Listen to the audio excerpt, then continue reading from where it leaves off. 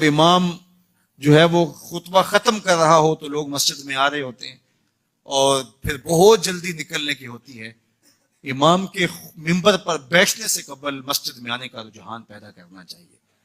فرمایا گیا کہ جو شخص جمعۃ المبارک میں سب سے پہلے آتا ہے اس کو ایک اونٹ ذبح کرنے کا ثواب نصیب ہوتا ہے.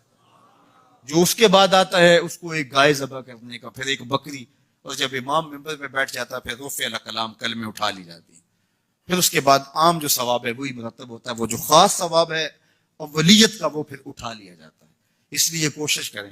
میں سمجھتا ہوں اس میں ہمارے خطباء کا بھی بہت قصور ہے کہ بعض کا ممبر سے کوئی مربوط گفتگو نہیں ملے گی، کوئی منظم کلام نصیب نہیں ہوگا، اور کوئی با مقصد بات لوگوں تک نہیں پہنچائی جائے گی تو لوگوں کی دلچسپی نہیں ہوگی، لوگ پھر دیر سے آئیں گے. ایک تو یہ بات بھی ہے، لیکن دوسری بات یہ ہے کہ ہمارے ہاں عمومی طور پہ اجتماعی رویہ یہ ہے کہ مسجد میں دیر سے جانے کا فیشن.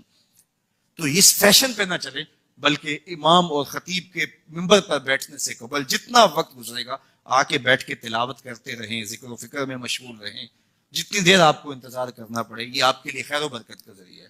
اور پھر آئیں اور پوری گفتگو سنیں، اور اس گفتگو کا یقیناً نتیجہ آپ کی زندگی میں مرتب ہوگا. اور اگر آپ سمجھتے ہیں کہ میں بہت زیادہ مصروف ہوں اور کوئی آپ کو کام ہے تو شریعت نے آپ کو اجازت دی ہے کہ آپ لیٹ بھی آ سکتے ہیں. لیکن اذا نودی للصلاۃ من یوم الجمعۃ فاسعوا الی ذکر اللہ وذروا البیع، وہ حکم دیا گیا جب جمعے کی اذان پکاری جائے تو اس کے بعد پھر آپ کاروبار نہیں کر سکتے، پھر کاروبار کرنا حرام ہو جاتا ہے آپ کے اوپر. وذروا البیع، پھر خرید و فروخت چھوڑ دو، پھر تم چل پڑو اللہ کے ذکر کی طرف.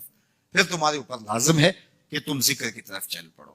تو اس لیے اس سہولت سے ہمیں فائدہ حاصل کرنا چاہیے کہ اگر ہم خطبہ پہلا چھوڑتے ہیں اور دوسری اذان یہ اذان ہے جس کے بعد کاروبار کرنا حرام ہے، اذان ثانی ہے، یہ سہولت کے لیے پہلا وقت اجمیوں کے لیے ہے تاکہ جو ہے وہ اردو میں یا اپنی زبان میں اجمی زبان میں بھی کچھ کلام سن سکیں.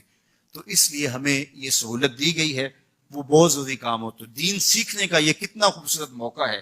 ہر جمعے آپ کو کسی نہ کسی موضوع پہ ایک خطیب لیکچر دیتا ہے، بات سناتا ہے، اور ایک موضوع پر مختلف احادیث قرآنی آیات کو پڑھ کے مطالعہ کر کے نتیجہ نکال کے آدھے گھنٹے میں پونے گھنٹے میں آپ تک ایک پورا میسج ڈلیور کرتا ہے.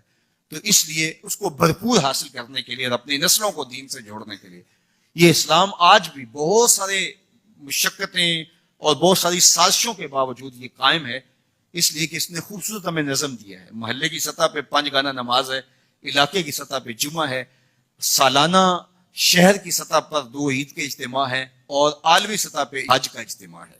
تو یہ ایک نظم ہے جو ہمیں دیا گیا اور یہ ہمیں جوڑے رکھتا ہے اور یہ ہماری وحدت کی علامت ہے. اللہ تعالی ہمیں 5 گانا نماز کی توفیق عطا فرمائے اور اہتمام کے ساتھ نماز جمعہ کی توفیق عطا